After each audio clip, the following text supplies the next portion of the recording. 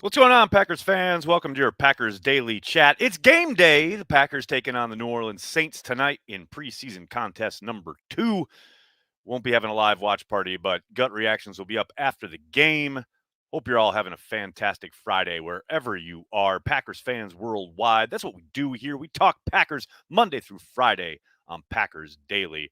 Good to see everybody already mixing it up in the comments. Before we launch into the chat, let's give a shout out to our good friends over at Ticket King, shall we? Ticket King has been based in Wisconsin since 1992 and are staffed with experienced, friendly, and knowledgeable folks that can help you with anything Packers ticket related.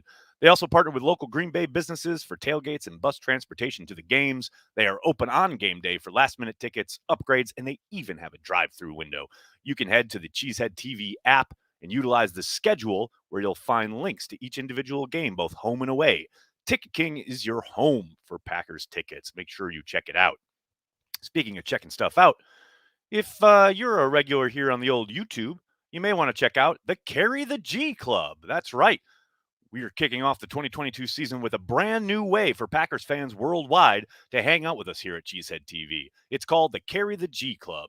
Members get custom loyalty badges showing how long they've been a club member attached to your name in all of our live streams and YouTube comments, special Cheesehead TV emojis featuring Corey and myself, and access to our weekly virtual happy hour to come hang out and talk Packers all year long. Joining the Carry the G Club is as easy as tapping that join button you see on YouTube on desktop. Very impossible to do on mobile, but desktop, YouTube, join. That's what you want to do. Just hit the join button and you'll get everything that I just mentioned. And you get to hang out every week and talk Packers with fans worldwide. It's a lot of fun. We do it every week. It'll be mostly Tuesdays going forward now that we're getting into the season type schedule. A lot of fun this past week. Hope to see you all there next week as well. What's up, everybody, in the comments section? Everybody mixing it. Mark is here. What's up, Mark? How are you? It's Zach Tom Bombadil season. You better believe it. Check this out. Come on now. Look at that. Zach Tom Bombadil is said to be able to control and bend his surroundings to his own will. Look at that drawing from Brent, our resident artist here at Cheesehead TV. He absolutely knocked that out of the park. That t-shirt is available at the Cheesehead TV store. If you go to cheeseheadtv.com and hit the shop button at the top of the page, you'll be taken to our merch shop and you'll find it there along with a ton of other stuff, including this shirt I'm wearing today. Zach Tom Bombadil, baby. Gonna watch him tonight with great interest, as Palpatine might say. I'm crossing my nerddom, my nerd references right there. Big B is here. What's up, Big B? Hope you're doing well, man. Okay, since the Packers haven't changed anything, if something had to change, what would it be? The name, the logo, or the stadium? Since the Packers are all about history, it would be hard to see one go. Joseph, I think you've nailed the reason it probably will never change.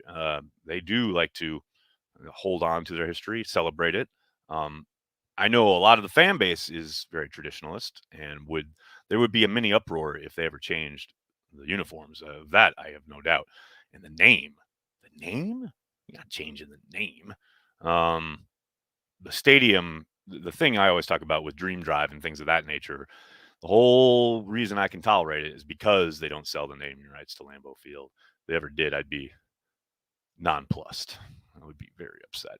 Good day from London. Good day from New York, Dale. I hope you're doing well, buddy. Good to see you hanging out. Enjoy the game tonight if you're able to stay up and watch it. I know it's pretty late on your side of the pond. Matt, thanks for the super chat. 12 in for a series? Oh, tonight? Hell no. I mean, maybe they'll surprise us, but I'll be absolutely shocked if we don't see another 30 guys in street clothes, much like we did last week.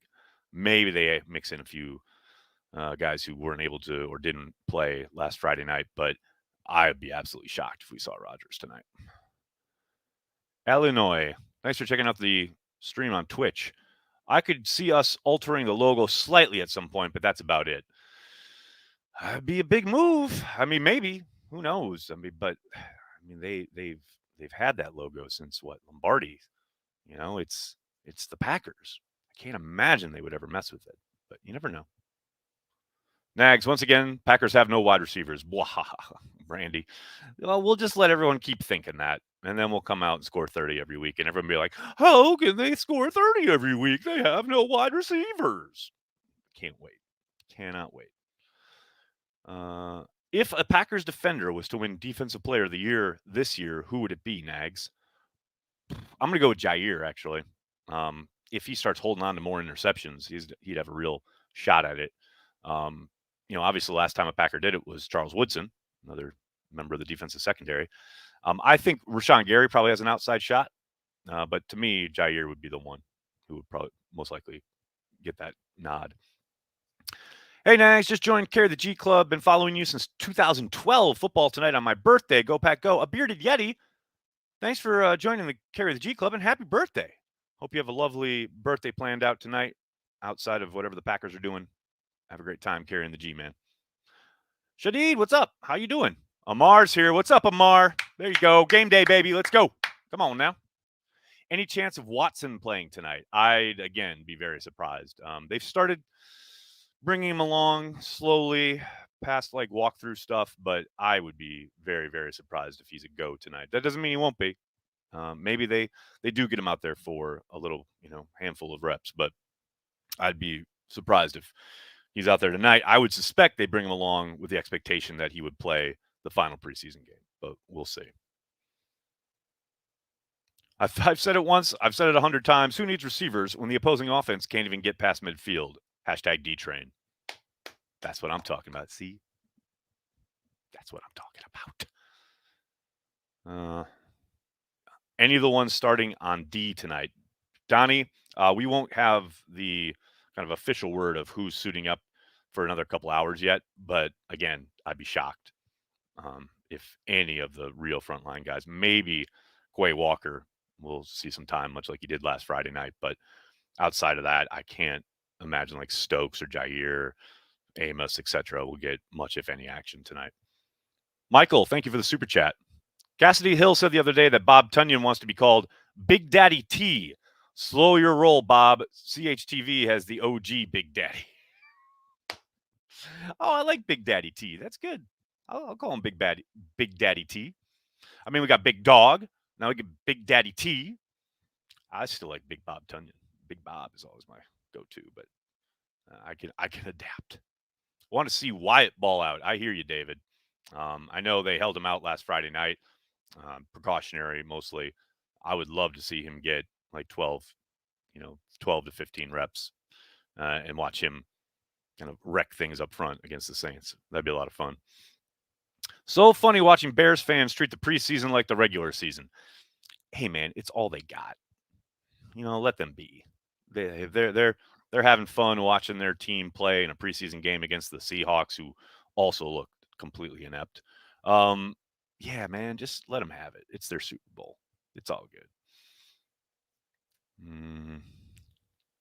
Nags, I think Love is starting to get it together. Brandy, I agree. I very much agree. Any word on Savage's health? Michael, we talked a little bit about that the other day. There's nothing updated as far as reporting around it or, provided by the team. They don't have to say anything during the preseason. They don't have to give injury updates at all until the regular season starts. But I said yesterday, I'd be surprised if we see him prior to the week leading up to the Vikings game, week 1. They've done the installs. He knows his assignments. He knows the scheme.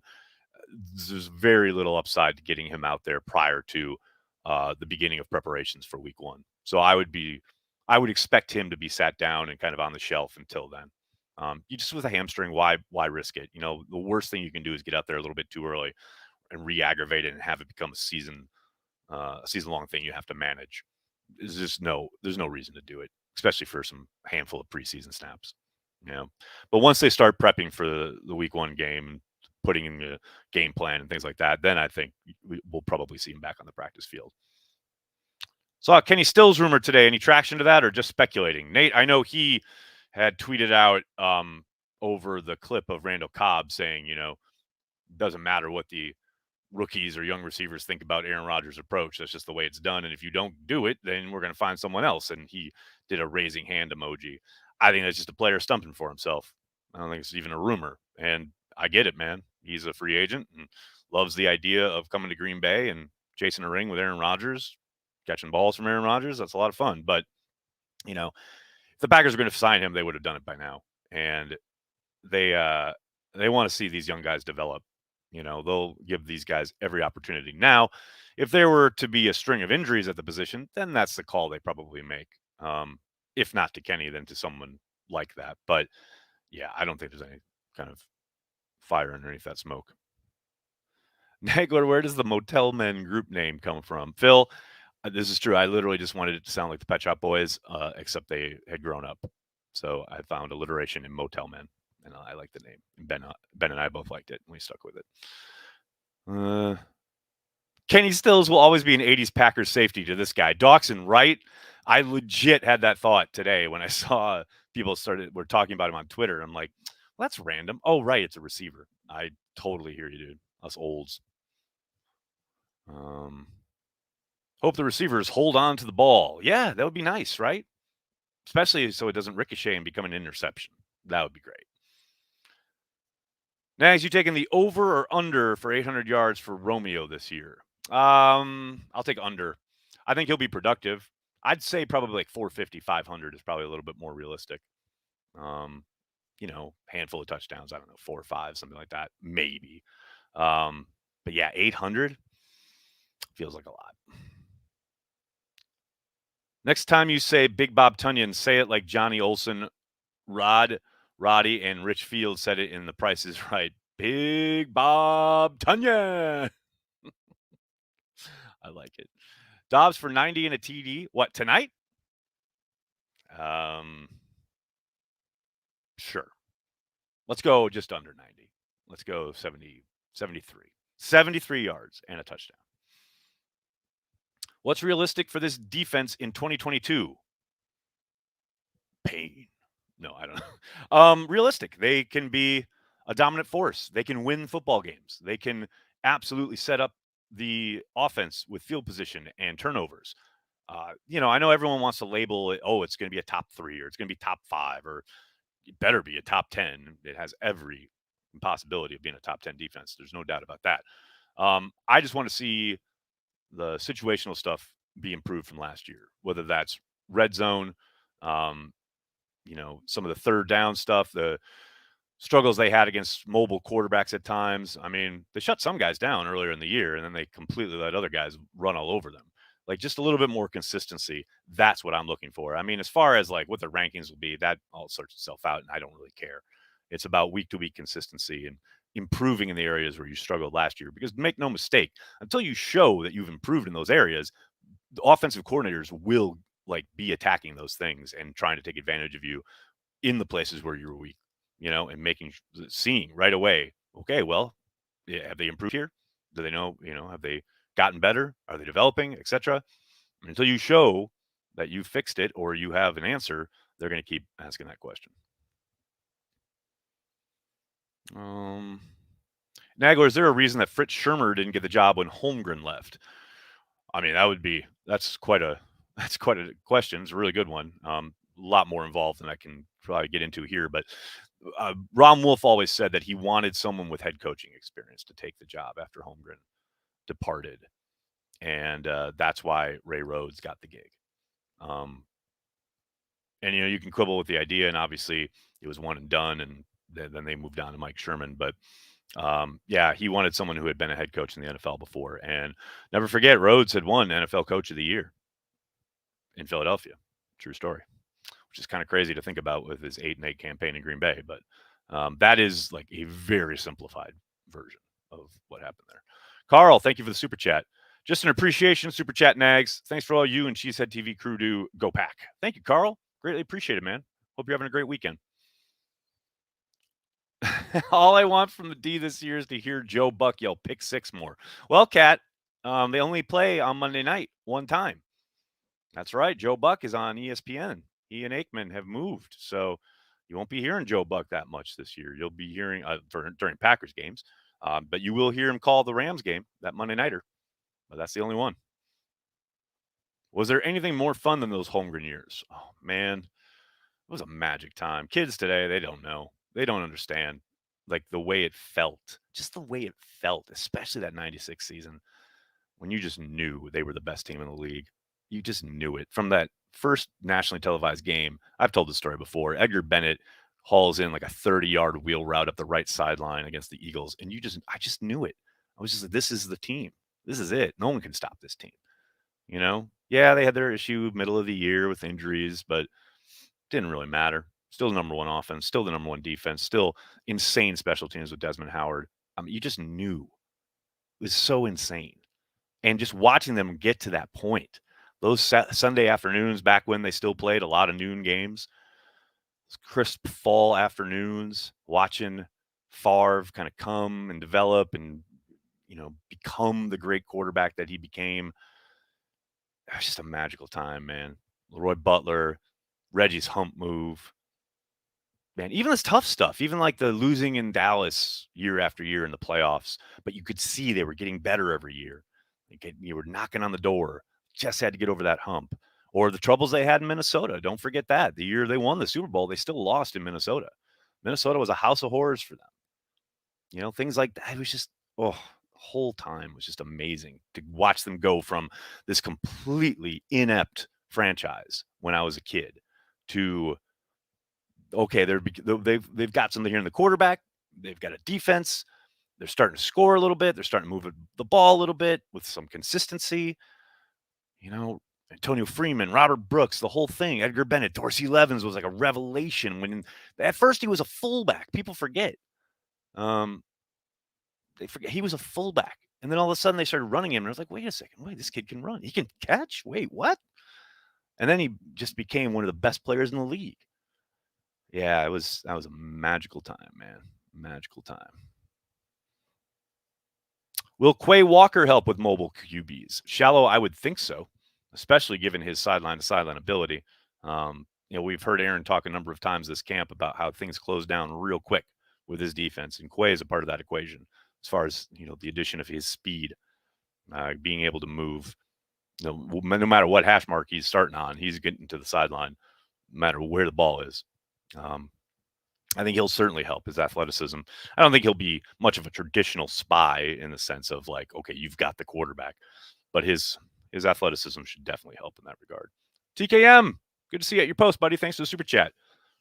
Remember Brett Favre's radio interview after he was a starter? Just stick with me, Kitty Fund. Oh, we used to have that as an audio bump on Transplants way back in the day.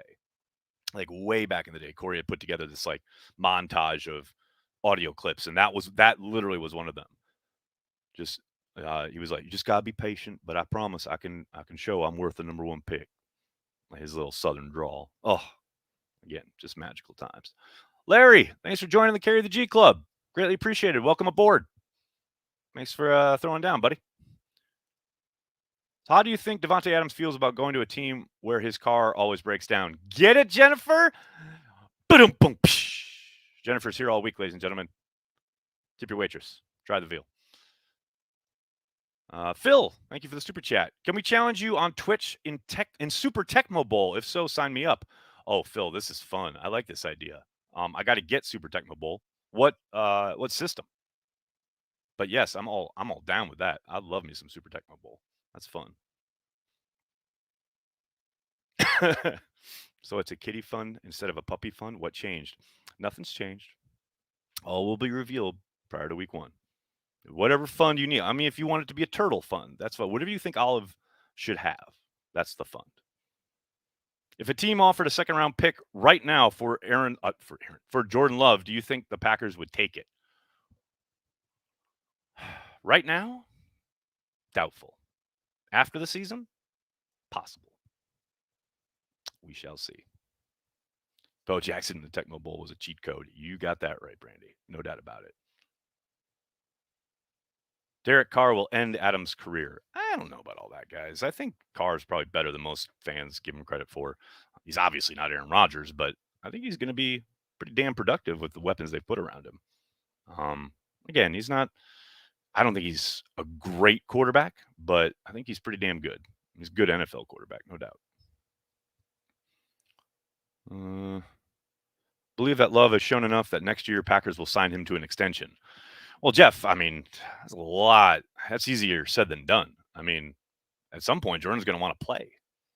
Just sign him to an extension to sit around forever if Aaron keeps playing. That's what's so kind of, tied in knots here in regards to the decision-making, because it's partly how Jordan looks this year and what Aaron's decision is after the season. Do they win a Super Bowl? If they win a Super Bowl, Aaron maybe retires and rides off into the sunset, and then they hand the reins to Jordan. They exercise the 5th-year option, and away they go.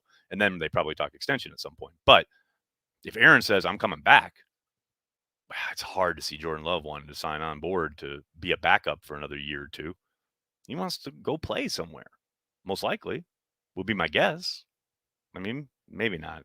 I've been surprised before, but I got to think 3 years sitting on the bench, you're not willingly signing up for 2 or 3 more years of that, would be my guess.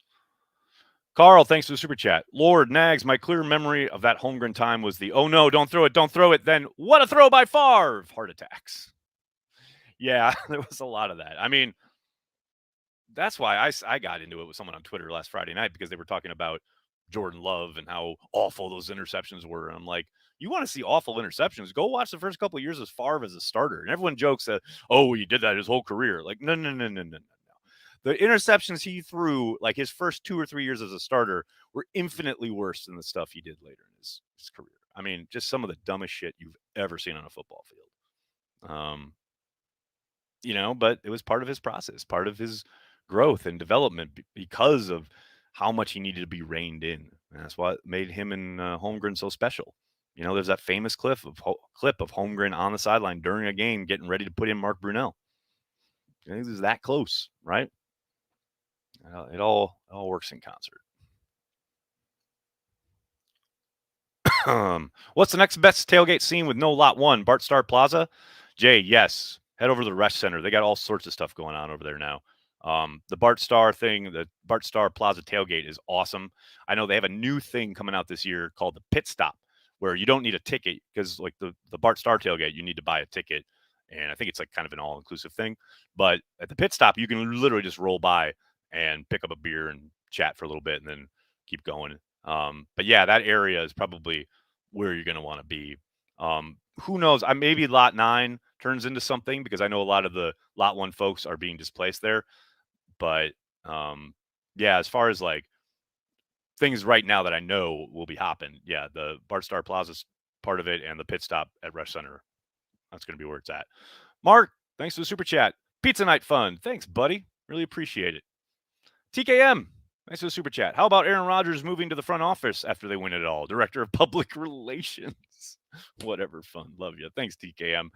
Yeah, no. I think Aaron's going to be hell and gone when he retires. I don't think he's going to be sticking around anytime soon.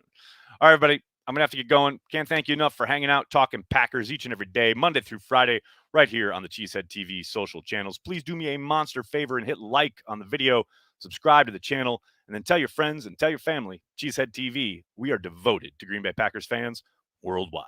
Thanks a lot, everybody. Enjoy the game tonight. I'll talk to you guys later. Go Pack Go.